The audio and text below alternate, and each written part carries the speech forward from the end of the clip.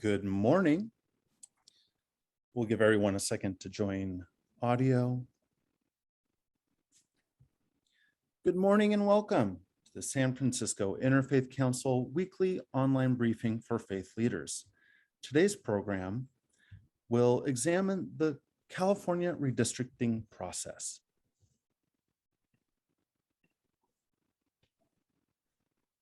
The San Francisco Interfaith Council online briefings are supported by a grant from MediFund. Thank you. The important and ongoing work of the San Francisco Interfaith Council would not be possible without generous funding from congregations, corporations, faith-based social service agencies, foundations, judicatories, and supporters like you. Help us spread the word. Visit sfinterfaithcouncil.org to learn about SFIC programming and how to become a supporter. Follow SFIC on Facebook and Twitter, and subscribe to SFIC's YouTube channel to watch all of our previous virtual events. A bit of housekeeping. Today's program is being recorded. For audio and video, all participants are muted and without video to minimize distraction. To submit a question or comment, select the chat button at the bottom of your screen and send a message to Q&A. Questions will be forwarded to the presenter for their review following the program. To activate closed captions, select the live transcript button at the bottom of your screen and click Enable Live Transcription. San Francisco and surrounding counties are requiring masking in indoor public places for everyone as a precaution against the increased circulation of COVID-19. This includes places like houses of worship, grocery or retail stores, theaters, and family entertainment centers. For the most updated information, watch for SFIC email updates. Anyone 12 and older will need to show proof of vaccination to go indoors in some places in San Francisco, like restaurants and bars, clubs, gyms, large indoor events, and any business or event serving food or drink indoors. To find your vaccination record, go to myvaccinerecord.cdph.ca.gov. The vaccines are safe and effective, and now the San Francisco Department of Public Health is opening up COVID-19 boosters to all adults 18 years and older, provided they qualify based on the timing of the previous dose of the vaccine. Go to sf.gov/get-vaccinated to find a vaccine site in your neighborhood. Now is the time to come together, San Francisco, because together we can stop Asian discrimination, bias, hate, and violence. The COVID-19 virus has no race or nationality. It is simply a disease. To report a hate crime, call the SFPD at 415-553-1133. And at this time, I'd like to hand the floor over to the Executive Director of the San Francisco Interfaith Council, Michael Pappas. Michael, the floor is yours. Thank you so very much, Trey. Good morning, I'm Michael Pappas, and on behalf of the San Francisco Interfaith Council, I want to welcome you to this week's online briefing for faith leaders. Sunday's San Francisco Chronicle reported that the California Redistricting Commission has published its first official draft of the state's new political boundaries, kicking off a crunch time that will determine how Californians are represented by their elected officials for the next decade. This week's online briefing for faith leaders, hosted by the San Francisco Interfaith Council, welcomes Northern California Outreach Lead for the California Citizens Redistricting Commission, Ashleigh Howick, who will present on the commission's composition, share background on redistricting history, and insights on how to participate in the state redistricting process. At this time, it gives me great pleasure to welcome our founder and past chair, Rita Semmel. Good morning, everyone. Welcome. This is an interfaith community. Whatever our individual belief, it can be freely expressed here with no apologies. If we are invited to offer a prayer in this setting, it should be offered according to the tradition with which we identify. If we are invited to speak on a subject from the perspective of our tradition, we are free to do so without fear of offending those who come from another tradition. We come together as people of faith to learn from each other, that we might better understand the multiplicity of faith traditions in our city and in our world. Welcome, everybody.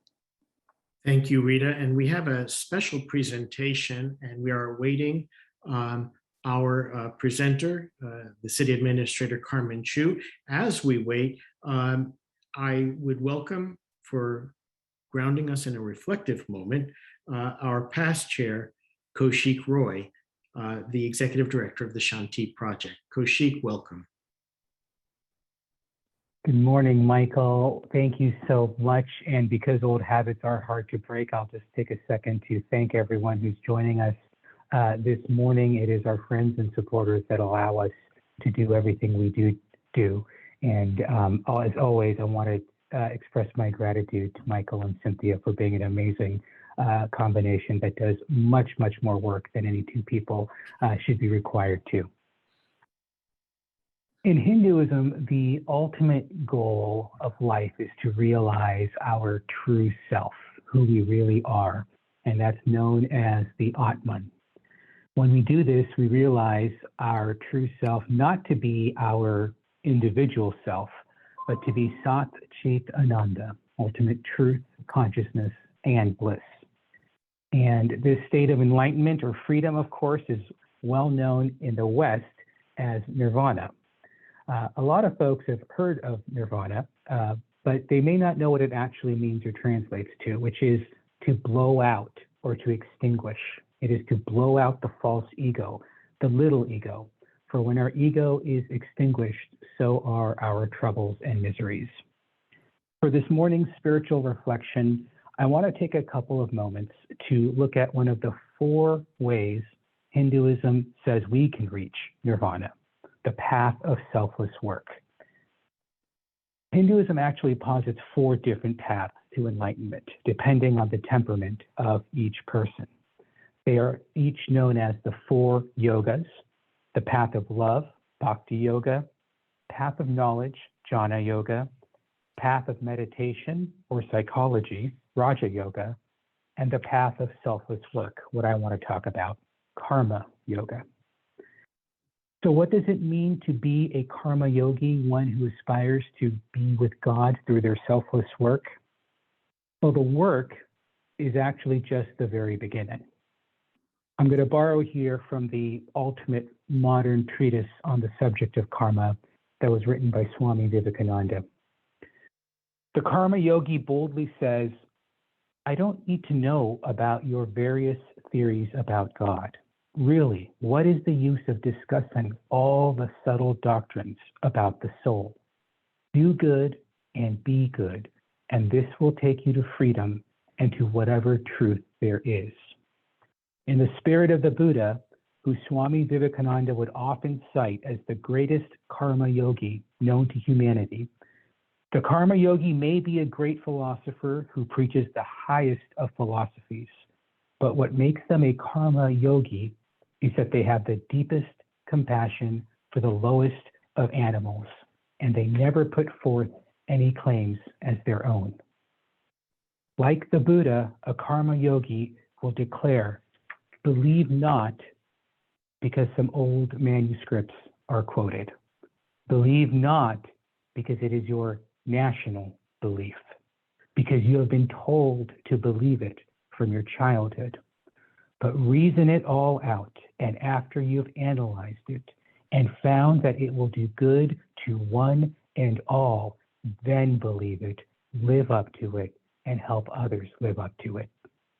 One is a karma yogi when they work without any motive, not for money, nor fame, nor for anything else. And when a karma yogi can do this, like the Buddha, out of them will come the power to work in such a manner as to transform the world. Today's world, our world, is pleading with us. Our world is begging us to look beyond our differences and be a little bit more like what I just described. One certainly does not have to be a Hindu to be a karma yogi. In fact, one does not even have to be religious to be a karma yogi. One just has to see how broken today's world is and be compelled to alleviate a little bit of its suffering. Thank you very much for having me. Good morning. Kaushik, thank you. And thank you for your years of service to the San Francisco Interfaith Council. Just listening to you, I'm reminded of a saying that somebody said, somebody might never pick up a book on your faith, but all they will know is what they see in your example. And in your example, I've always known you to embody those tenets that you just described. So God bless you and thank you. And thank you for always being part of our family. We are very blessed to have with us Carmen Chu, who is our new city administrator. I've known Carmen since her days as Board of Supervisor and worked very closely with her also in her tenure as a city assessor recorder. Had the great privilege of traveling abroad with her to the land of Israel. And we welcome her here today for a particular reason. Our founder and past chair is a newly minted centennial.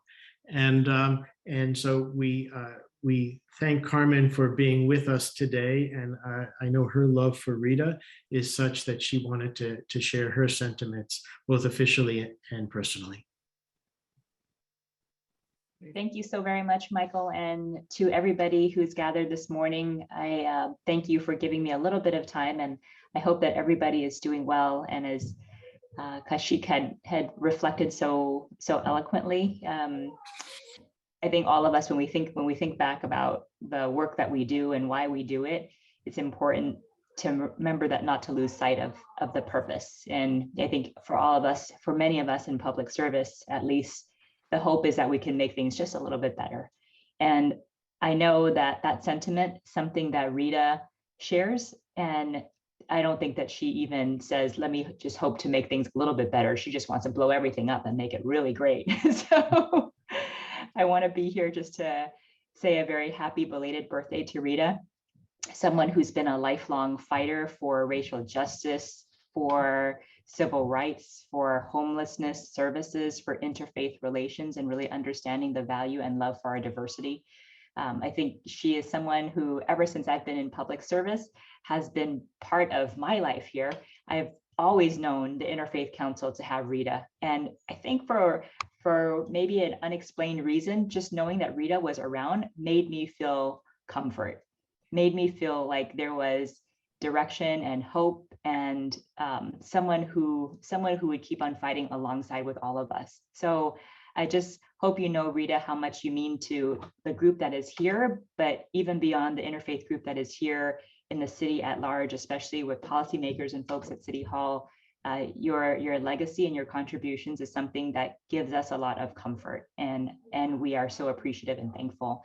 I think folks here know some of her great leadership and her distinguished accomplishments already. The founder of Jewish Community Bulletin, executive director of JCRC, co-founder and leader of the Interfaith Council, as Michael mentioned earlier, someone who helped to create the Emergency Winter Shelter Program. She served as a Human Services Commissioner. But above and beyond all of that, I think it's the warmth that I always felt with Rita. Every time I went to an event, I always felt that warmth, someone who cared deeply for not just the purpose and cause of what we're all here to do, but who cared also about people. And her ability to roll up her sleeves, to be generous and to be humble, and to be a model for women leaders like myself is something that I greatly appreciate. So today I just simply wanted to come out here to say thank you for modeling San Francisco values, for being our rock and stone, and for being always here for us, and to continue to fight the good cause. Even 100, I just don't know how you do it. So thank you, Rita, humbly from all of us at City Hall. And Nicole, would you please share just a small token of our appreciation, which is our certificate of honor in recognition of your contributions. Thank you so much, Rita.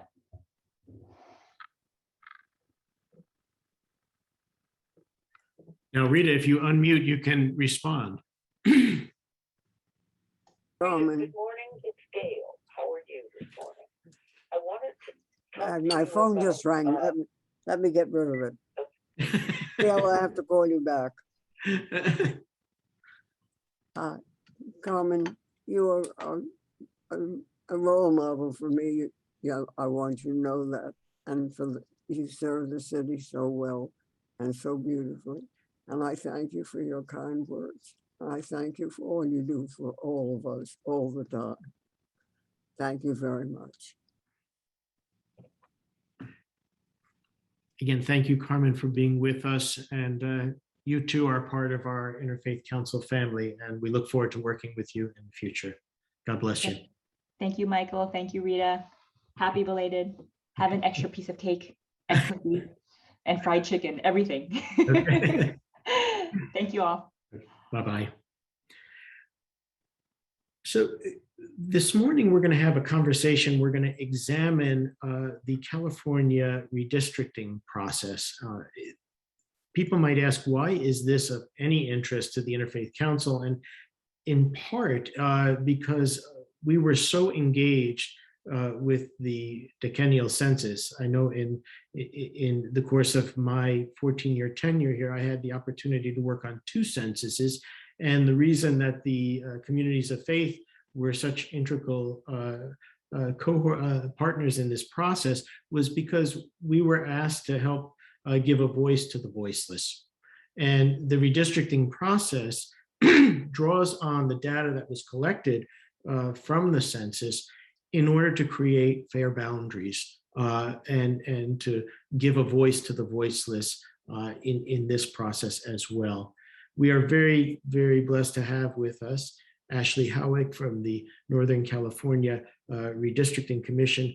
And Ashleigh, educate us. We're reading about this in the newspaper. Of course, we're all concerned about the number of congressional seats and how this redistricting process will impact our voice. But today, we're so grateful because you've got a front row vista into that. And we look forward to hearing from you and all that we can learn from you. Yes, thank you for the introduction. I do have a slide set to share with you all. I'm going to go ahead and do that.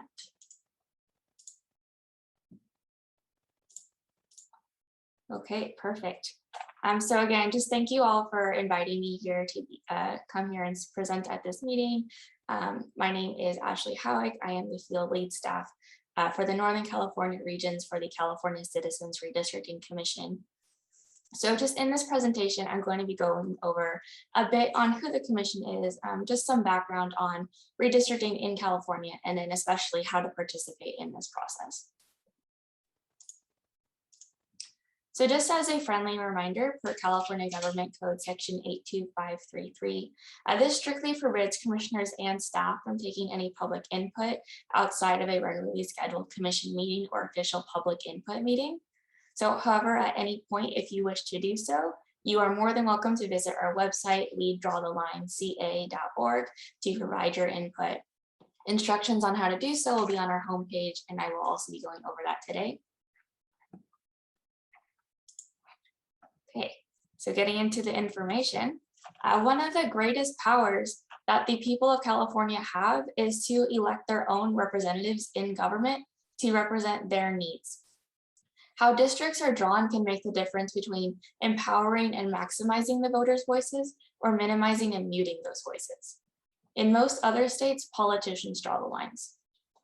California Citizens Redistricting Commission was formed to take back the power and have the people redraw the maps for Congress, State Senate, State Assembly, and Board of Equalization. The commission is made up of 14 citizens who went through a very rigorous selection process. By fully participating in and monitoring the upcoming and current redistricting process, more communities may have the opportunity to elect candidates of their choice. Speaking up about your community is critical to help keeping your community whole to the extent possible. This ensures that your voice is heard by your elected leaders when making decisions such as the quality and funding of children's education, addressing transportation concerns, or determining tax rates. So your input is valuable in shaping the new political boundaries. So for this slide, we thought it would be beneficial to break down a little bit about how redistricting can affect you directly. So the first one, power to the people. In 2008, California voters passed Proposition 11, the Voters First Act. This authorized the creation of an independent commission to draw the new district lines for the state Senate, state assembly, and Board of Equalization. In 2010, with Proposition 20, the Voters First Act for Congress, this then added the responsibility of drawing congressional districts to the commission. So this process was historic in California because, again, it transferred the power of drawing the district maps away from the politicians and gave it to the people. For champion your issues, having the opportunity to elect representatives that champion your issues is important in a state like California, where issues can vary drastically from one street to the next. So just for example, Northern California might champion environmental and economic issues, while Central California might champion water and agriculture issues, and Southern California might champion issues dealing more so with transportation or housing and employment. For funding priorities, tied to the issue of electing representatives that champion your issues, you might want to elect representatives that have your financial interest at heart. So when the time comes to build a budget, you'll want a representative that is fighting to ensure your community gets the financial resources that it deserves for various services such as education or water and fire protection. For community boundaries, the redistricting process it's all about drawing the lines and determining which communities get grouped together into districts. So your input in this process is essential to helping the commissioners understand where your community starts and where it ends. Redistricting in California is one of the few civic activities that any Californian can provide input to regarding their community that can ultimately impact the laws and regulations, the tax structures, how funding is distributed, and which services are provided.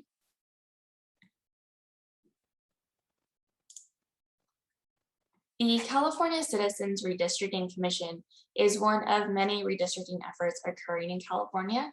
The commission is redrawing the districts for the state offices, while counties and cities, school districts, water districts, and community college districts are also redrawing their local districts at the same time. So just wanted to bring this to your attention because all these different efforts are happening simultaneously. It's definitely a lot. It can get a little bit confusing. But aside from being involved in the state redistricting process, we do also encourage everyone to be involved in their more local redistricting efforts. Okay, so these are the 6 line drawing criteria. The commission must follow these criteria in this order when they are redrawing the district maps. So the first one, districts must be of nearly equal population to comply with the US Constitution. Number 2, districts must comply with the Voting Rights Act to ensure that minorities have a fair opportunity to elect representatives of their choice. Number 3, districts must be drawn contiguously so that all parts of the district are connected to each other. 4, districts must minimize the division of cities, counties, neighborhoods, and communities of interest to the extent possible. 5, districts should be geographically compact such that nearby areas of population are not bypassed for more distant populations. And this requirement refers to the density, not shape. And 6, where practicable, each Senate district should be comprised of 2 complete and adjacent assembly districts. Board of Equalization districts should be comprised of 10 complete and adjacent state Senate districts. So in addition to these 6 line drawing criteria, the place of residence of any incumbent or political candidate may not be considered in the creation of a map, and districts may not be drawn for the purpose of favoring or discriminating against any incumbent political candidate or political party.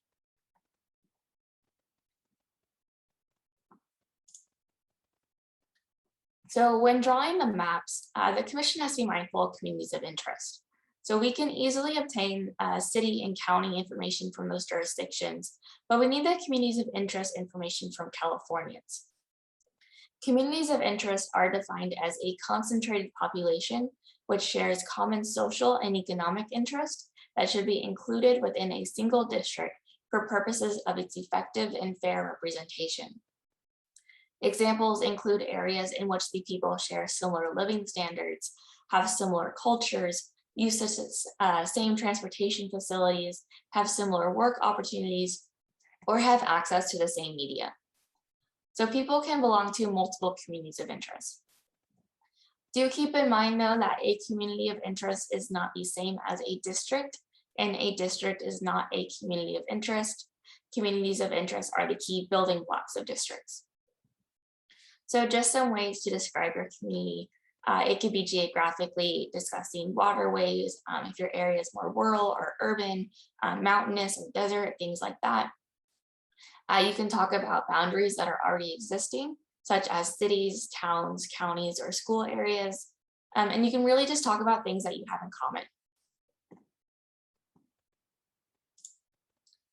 So again, your input is vital to the success of the commission, and they are still accepting communities of interest input. So drawmycalifornia.org is a one-stop shop where you can access our redistricting drawing tools to share your input. We also have a participate page on our website, and you can view there all the other ways to participate, which I will also be highlighting in the upcoming slides. But back to the tools. So this first tool here is the Draw My California Community tool. So here you'll be prompted with questions. So tell us a story about your community.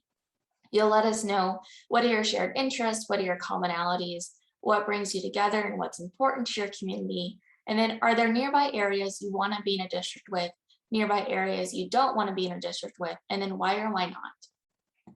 So just some examples of your community's shared interests could be, but are definitely not limited to, organizing around a school, wildfire prevention, public health concerns, transportation needs or uses, or environmental issues in your area, sharing common cultures or backgrounds, or really just anything else that impacts your life.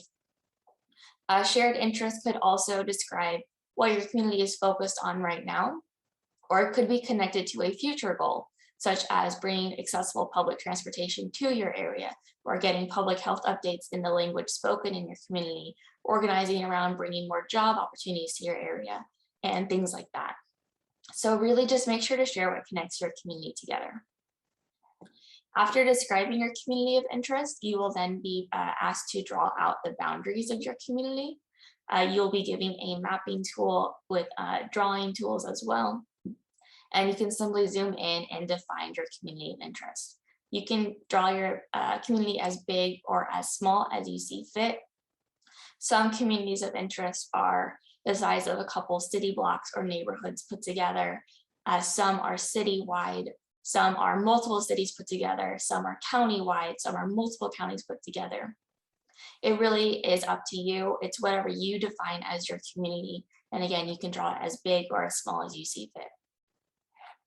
So this first tool is also available in English, Spanish, Simplified Chinese, Traditional Chinese, Vietnamese, Tagalog, Korean, Armenian, Farsi, Arabic, Russian, Japanese, Punjabi, Khmer, Hmong, and Thai. And then just to note, we do recommend creating an account so that you can save your work and revisit if you don't finish everything in one sitting. So moving on to the second tool, this is the Draw My California Districts tool. This one is very similar to the first one, but this is for those that want to draw out desired borders for the Senate, Assembly, Congressional, and Board of Equalization districts. So this one is very, like I said, very similar to the first one, but the first one's very community focused, and it's whatever you define as your community. The second one is if you want to draw out actual district borders. So this one also features census block level data, and will be able to tell you if the districts you are drawing are compliant population-wise. This tool is available in English and Spanish. And then the third tool is the Draw My CA plugin for QGIS. This one is a full downloadable program for those that want to draw out entire state maps. So this program, just to note, definitely requires more bandwidth and is for those that are fluent in the GIS software. This plugin is also available in English and Spanish. And for all three of these programs, we have file types that are available for export in equivalency files, shape files, and PDFs. So just wanted to highlight all three of these because all three of these are free and accessible for the public to be using.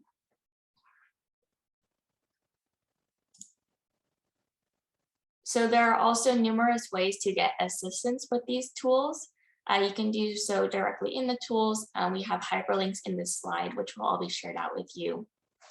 We have tutorials in those 16 different languages. We have user guides. We have how-to videos in English and Spanish. You can chat directly with tech support or sign up for a virtual appointment to receive assistance, or even just call the helpline directly.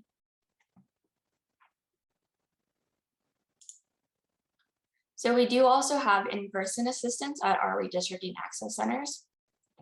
All of our access centers are equipped with publicly accessible computers and the redistricting software developed by the statewide database. As we have staff available at each location to help members of the public use the redistricting software. I will note that appointments are required to visit, and each redistricting access center does meet the ADA accessibility standards.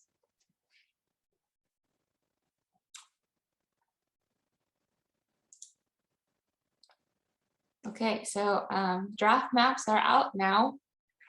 On November 10th, the commission issued out their draft maps, and now they need your input on what you think. So you can see the links here on how to view the maps and provide your input. When providing input to the commission, you can let them know what you like, let them know what you don't like, if you see anything that could be changed or be bettered. And if you do want to recommend any changes, we do ask that you be specific.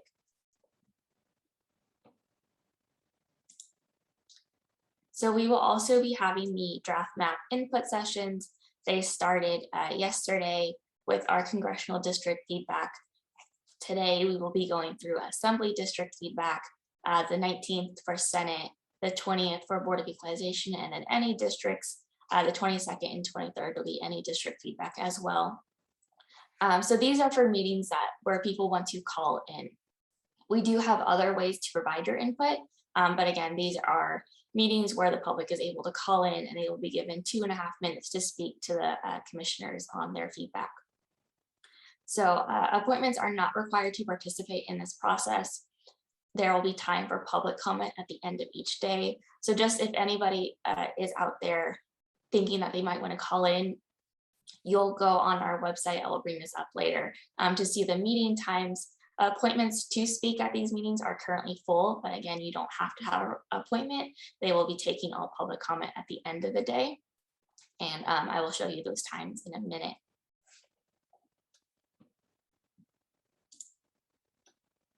So these are the additional ways to provide input.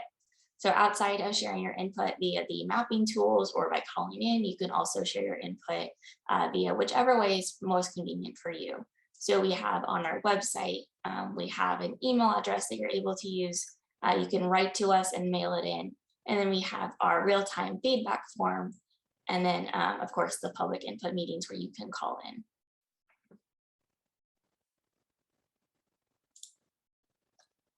Okay, so I wanted to include a slide on our timeline. And I will pause here for just a minute so you can all take a chance to look it over.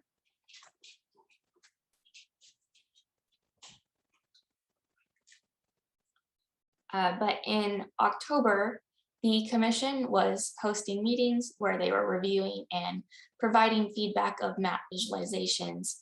The commission was mandated to post the draft maps no later than November 15th.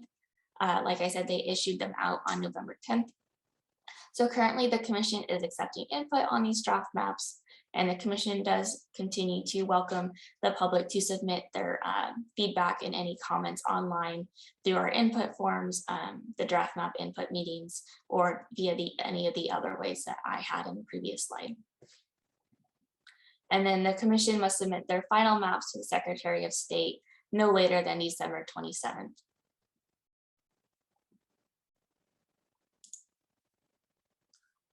So if possible, we ask that you help spread the word. The more participation in this process, the better. We want to make sure that all Californians are getting involved.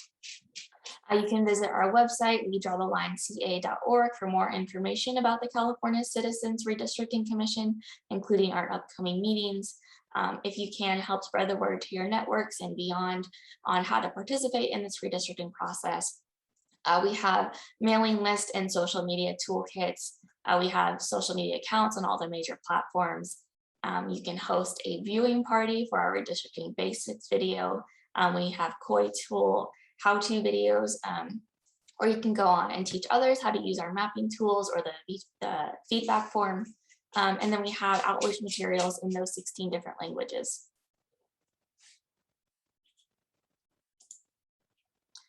So again, just a friendly reminder that I cannot take any public input or public comment today, but I do encourage you all to do so. And then if you did have any questions for me, I put my contact information on this last slide. So this is my email here, and then my work phone. So if you have any questions, I encourage you to contact me. I'm happy to help. And then Ann Marks is our outreach manager. So if you have any kind of statewide focus questions or want to set up more informational education sessions, she would be able to help with that. But thank you all. I'm going to exit out of my slideshow. And then I will be bringing up our website and walking everyone through that for just a bit.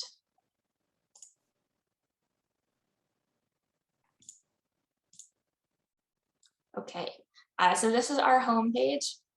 Again, our website, wedrawtheline.ca.org. Wanted to just take a minute and show you all the different resources that we do have on here. So right away with our welcome tab, we have those different languages.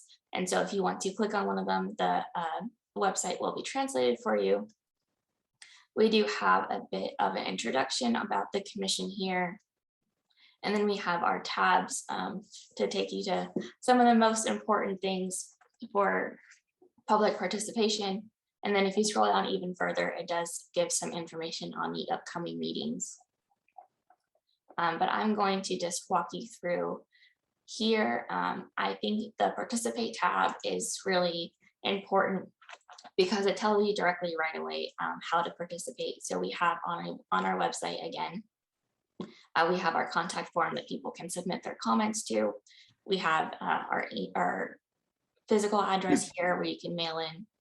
We have our draft map feedback form, and then we have links to our online tools. So this one, again, these are the three that I went over. This is the community-based one, the district-based one, and then the statewide-based one. I also will highlight the About Us. So the timeline can be seen here. There it goes. And then we have the map requirements. If anybody wants to look at these are just some of the regulations that the commission must abide by when they're going through this redistricting process. And we have our commissioners tab, and if you click on these, you can just read a bit more about each of the 14 commissioners. We do also have our meetings tab. I'm going to take you here. So here you'll be able to see the schedule of our upcoming meetings. We also have information posted below each of the meetings. So for example, for today's, it starts at 3 p.m. and goes till 8. This is where people can call in and talk about their feedback on the draft maps. We have our flyers posted here. And so if anybody wants to share a flyer, you can do so here. And then we have the feedback form. And again, appointments are full, but you can still call in to provide input. And so I will show, I believe it's on meeting agenda. No, I think it's the other one. Run of show. Yes, okay. So this is our little just breakdown of the time of the meetings. And so again, appointments are currently full, but if you do want to call in, we have time at the end of each meeting. So 7:30 to 8, or upon conclusion of business. These meetings usually do run over because there are lots of people in the line to speak, but as long as you call in and you get in our queue to speak before 8 p.m., the commissioners will get to you. So if you don't have an appointment, just call in around 7:30 and you'll be given a chance to speak. And again, there are multiple ways to provide your input. That's for people that want to call in, but you certainly do not have to. All of the different ways to provide input are respected equally and are actively viewed by all the commissioners and staff. So whichever way is most convenient for you. We do also have our past meetings where you can go through and look at recordings of them. And then if we are in a live meeting, you'll be able to view that here. So again, at 3 p.m., we're starting our meeting today. After 3 p.m., if you click there, you will be able to see the commissioners speaking live. We do also have our outreach tab here. So again, the more participation, the better, right? And so if you're able to help us spread the word, it's greatly appreciated. I'm going to take you to our outreach materials. So we have different videos to show here. We have flyers that you can post. Here's are the 6 line drawing criteria. We have flyers. This one talks about how to get involved. We have our digital toolkit. This is really cool. It has sample flyers. It has sample languages for social media posts or newsletters. So this is a good resource. A flyer on our access centers. This one you'll be able to click through, and if you click on the one you want to make an appointment at, it will take you directly to that link. We have videos. We did have a curriculum that was created by the LA and Sacramento County Board of Educations. So that was being passed out. And then we have paper tools where you can, it's like the mapping tool, but a paper form of it. And so if people don't want to use the online source, they are able to print that out and write it and mail it into us. And then again, we have outreach materials in all these different languages. Okay, and then I will also, for media, you can just see some of the commission in the news. I like looking at our newsletters. You can see our past ones here. Kind of just keeps you up to date with the commission's work and the progress they're making. We have our sign up tool. So this is how you would sign up for our mailing list here. And then it links you to all of our social media platforms. And I did want to take you through our data tab. So this is where a lot of interesting stuff is. And so we do have our draft maps posted here under the data tab. So if I take you to here, it will show you the draft maps in file form. So you're able to download these. We have, this is like a picture of them, and then we have PDF slides that take you a bit zoomed in on each of the districts so that you can see it, like which cities the districts are including and things like that. And then we do have them in shape files and equivalency files. I believe you need certain programming like mapping software to be able to open those. But just we do have those if people are interested. And then we also have our map viewer, which is an interactive map that will show you the draft maps.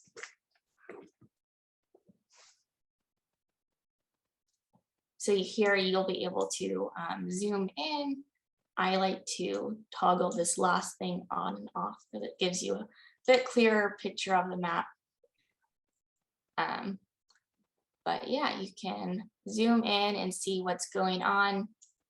Again, these are only drafts. The commission is taking that input and they are going to be using that input to make their edits before they submit the final maps. And so don't think it's too late. It's definitely not. They're actively seeking out that input to be able to edit these maps. But we have the assembly districts draft maps toggled on. And so I can toggle that off and bring up the congressional drafts and bring up the Senate drafts.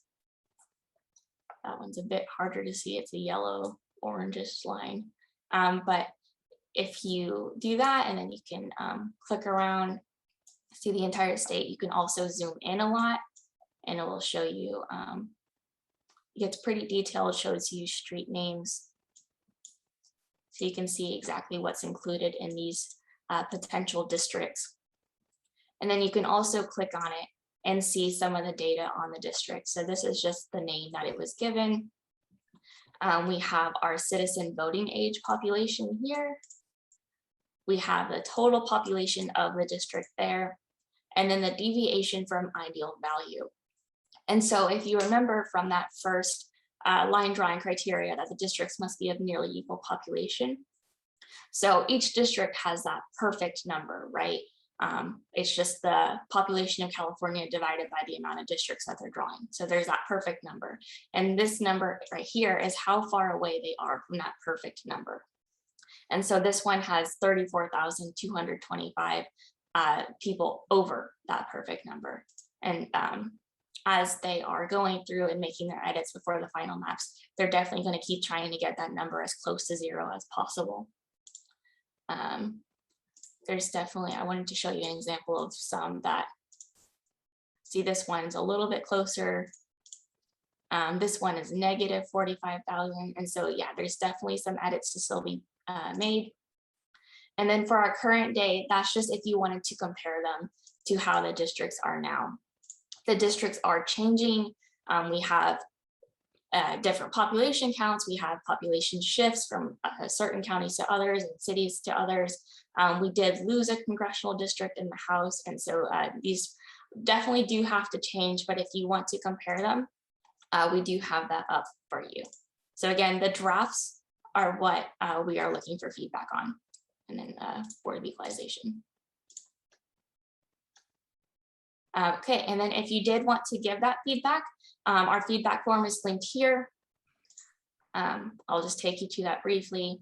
So what is your name? And then if you're part of an affiliated organization, all of these questions are optional unless they have a star. And so if you don't want to give your name, you don't have to. If you're not part of an affiliated organization, just leave it blank. But you'll just say whether you're providing feedback on the maps or if you're giving general comment. And then which area are you providing your feedback on? And then what are your thoughts? What are you wanting to share with the commission? It can be positive, negative, slightly want to change something, whatever you want to say, it's your feedback. And then you will tag the counties that you're speaking about. And then these again are optional here. And then you'll submit this, and this is submitted in real time to the commission. And it will be posted as a public record. And if you want to see what other people are saying, again, that's under our data tab. We have data here. And here you'll be able to see all of our public comment and feedback that has been submitted throughout this entire process. So it's quite a bit. If you see down here, we have over 17,000 records.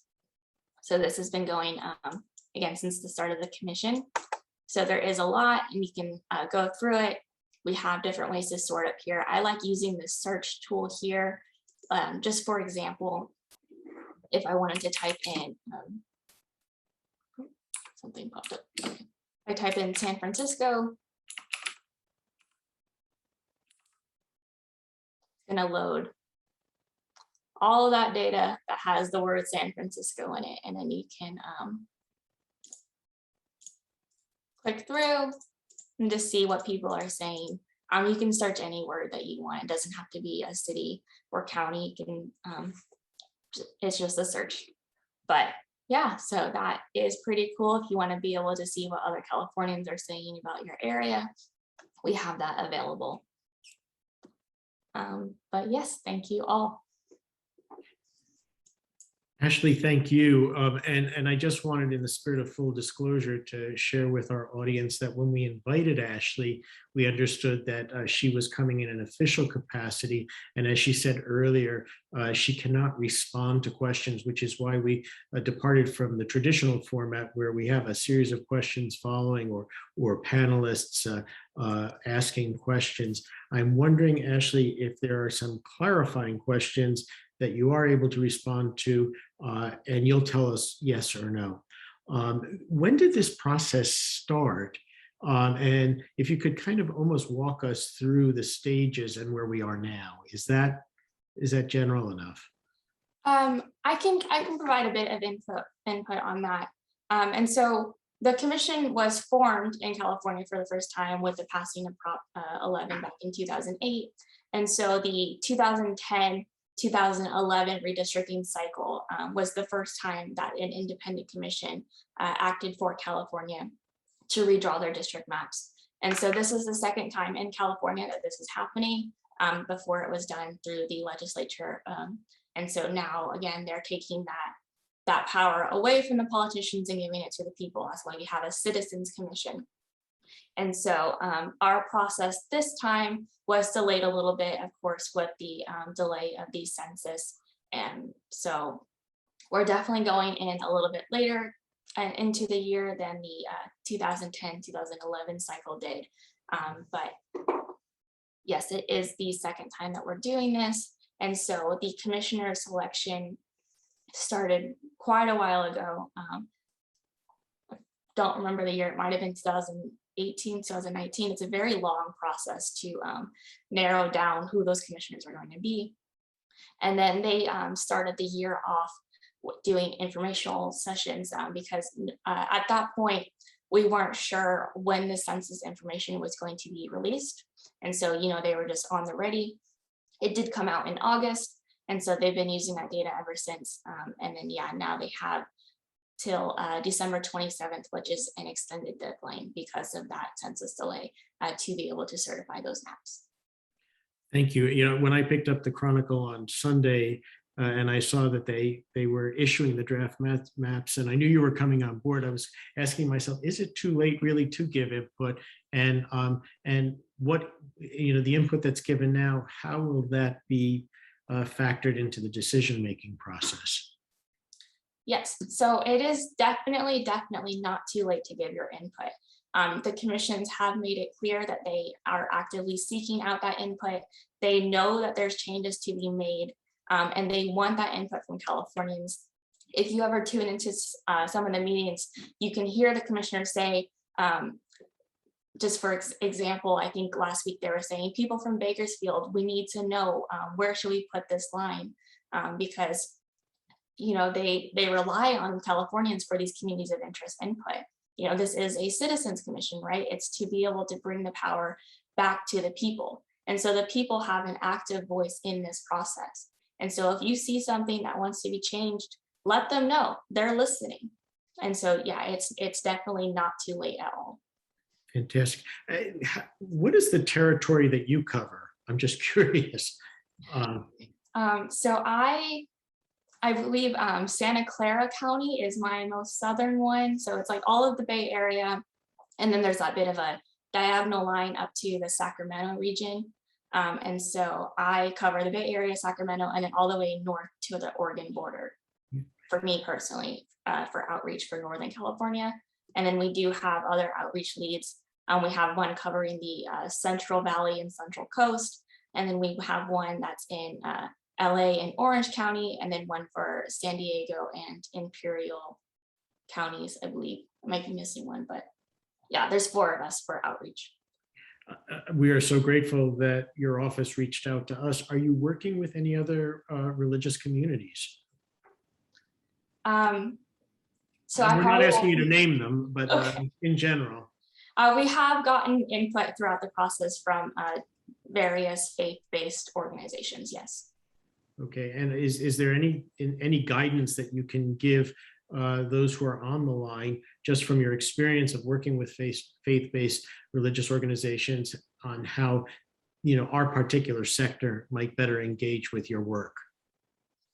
Yeah, and so again, back to that communities of interest information, it really is personalized and what you believe your community is and what brings you together. And so for some people, that answer is your faith. Some people like have their communities that are really centered around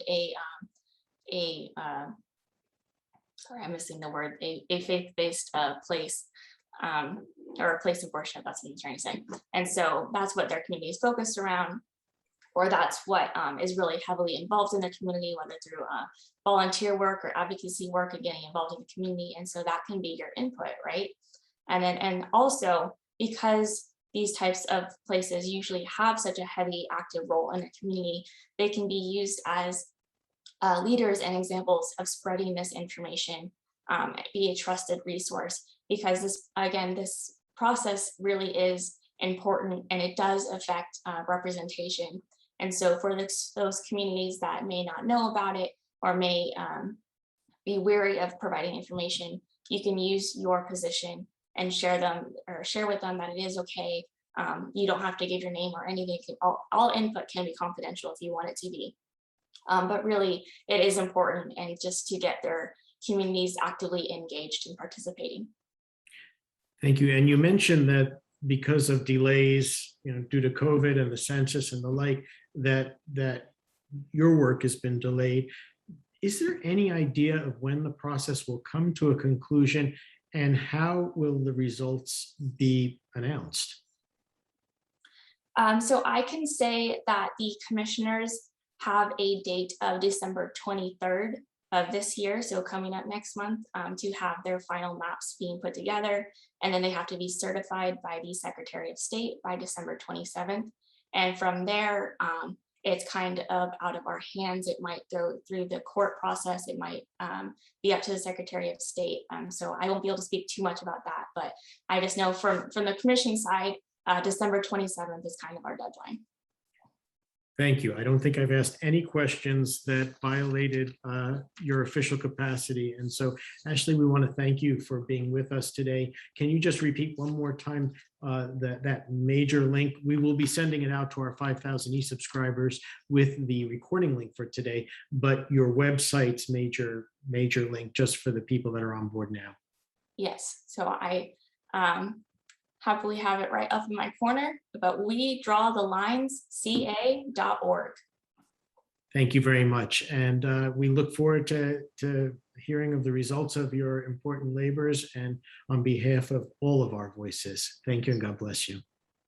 Thank you for having me. Okay. I want to thank all of those who joined us today, and wish you all in advance a happy Thanksgiving, a happy and safe Thanksgiving.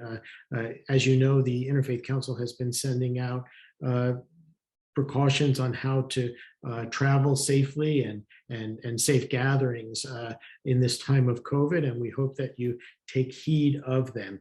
We also wanted to, for those of you who are on our email list, you've received a number of invitations to join us on Tuesday, November 23rd at 10 a.m. at Congregation Emmanuel. This event is going to be an interfaith service that is going to reflect the diversity of our great interfaith mosaic here in San Francisco. And we would welcome you all to come. We only ask that you register and bring with you a proof of vaccination and wear a mask and social distance while you are in the sanctuary. We are blessed that we will have with us the Speaker of the House, Nancy Pelosi, and our Mayor, London Breed. And we will give thanks for our many, many blessings, not the least of which is the 100 years of service and love and beauty that our founder and past chair, Rita Semo, has given us. And so we give thanks for her as well on this great occasion. Again, please register if you're intending to come. And this brings to a close today's program. May God bless you and God keep you.